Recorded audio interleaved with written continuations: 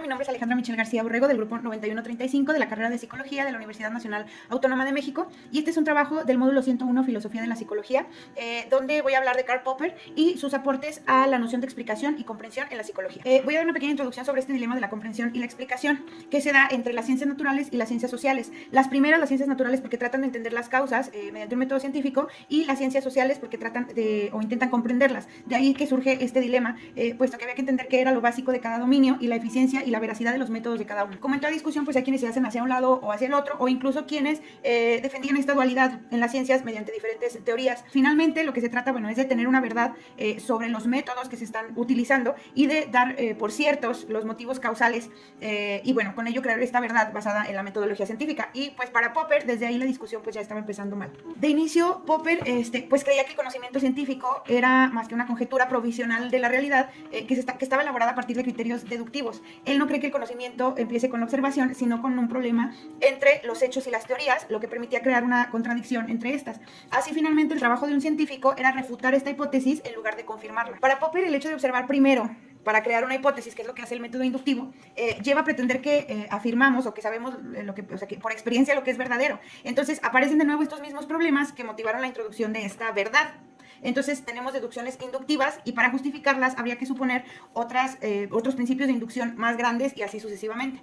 Entonces, en el intento de fundamentar el principio de inducción en las experiencias, caemos en una regresión infinita. Tratamos de justificar estas hipótesis con lo que ya observamos y lo que creemos ya que es verdad. Con esto entendemos que para Popper no hay ciencia que sea completamente observacional, sino que ciencias que a conciencia y mediante la crítica elaboran las teorías, y esto aplicaba para él para las ciencias sociales también. Popper, lo principal que él planteaba para esto era la falsabilidad, partiendo, como mencioné anteriormente, desde el planteamiento de un problema, para crear a partir de ese problema las hipótesis, que son los supuestos que solucionan este problema. Posterior a ello, deduce las consecuencias de la hipótesis para contrastarlas, es decir, para ponerlas a prueba, y así obtener dos posibilidades, la de confirmarla o falsearla.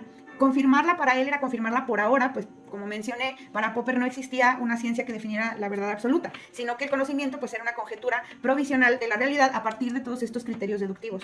Aquí Popper, a pesar de desdeñar mucho la psicología, estaba poniendo por sobre toda conjetura o método inductivo el estado actual del objeto de estudio como una base para explicarlo o comprenderlo, es decir, la actualidad de ese objeto de estudio para llegar a esta respuesta. Para Popper, la ciencia no debía ser considerada como un cuerpo de conocimiento, sino más como todo un sistema de hipótesis, o sea, de conjeturas o de anticipaciones con las que vamos operando en el camino, y mediante estas pues salen estas ideas de contrastación entre una y otra. Con esto creo que se entiende que no podemos decir que son verdaderos o que son ni medianamente ciertos o probables. Popper tenía esta teoría de los tres mundos con los que él define a esta realidad. En el primero tenemos a la realidad física o la material, donde podemos incluir pues toda esta experiencia del cuerpo. En el segundo mundo están los estados individuales mentales, la mente, la conciencia y todas estas experiencias que son subjetivas. Y en el tercer mundo, los contenidos objetivos del pensamiento, es decir, las ideas, las tradiciones, las teorías. Ahora, para Popper, el hecho de comprender indicaba estar operando en el tercer mundo de la realidad, es decir, operar desde un contenido objetivo del pensamiento. Creo que esta parte tiene que ver con lo epistemológico, donde el conocimiento se crea con verdades y con creencias, como lo vimos en la imagen. O sea, tienes un modelo, en este caso pues el ser humano, que tiene verdades y tiene creencias, y la manera de comprenderlo es ponerlo en la misma situación que otro, que también tiene verdades y tiene creencias, y así, y de esta manera pues predices su comportamiento. Estamos hablando de una metodología para comprender de manera muy objetiva la realidad, y al mismo tiempo se replantean las ciencias de la misma experiencia. Entonces, de esta manera creo que se ponen a las ciencias sociales y a las ciencias naturales en un mismo estatus epistemológico, y se deja de insistir como en las diferencias de estas para entonces dedicarnos a corregir estos errores y continuar buscando el conocimiento, que es básicamente lo que busca la falsabilidad, el constante crecimiento del conocimiento. Falseas alguna teoría, falseas alguna hipótesis, y como dice él, ninguna verdad es absoluta, entonces nos tratamos de acercar lo más que se pueda a ella. Bueno, yo como cierta conclusión, yo elegí a Popper por la gallardía, por así decirlo, de desdeñar tanto a la psicología, y sin embargo pues también ponerla en el radar de las ciencias naturales, bueno, del método científico, mejor dicho, sin meterla a la fuerza, sino que lo hace planteando un método o un nuevo método hipotético deductivo, que era el método que él seguía, donde a mi parecer pues cabe y puede prevalecer por esta naturaleza de evolución o de crecimiento en las hipótesis, que no trata de llegar a algo que se deba de tomar como una verdad absoluta. Concuerdo y concluyo y deduzco que estamos efectivamente operando en este mundo pues uno, con el cuerpo,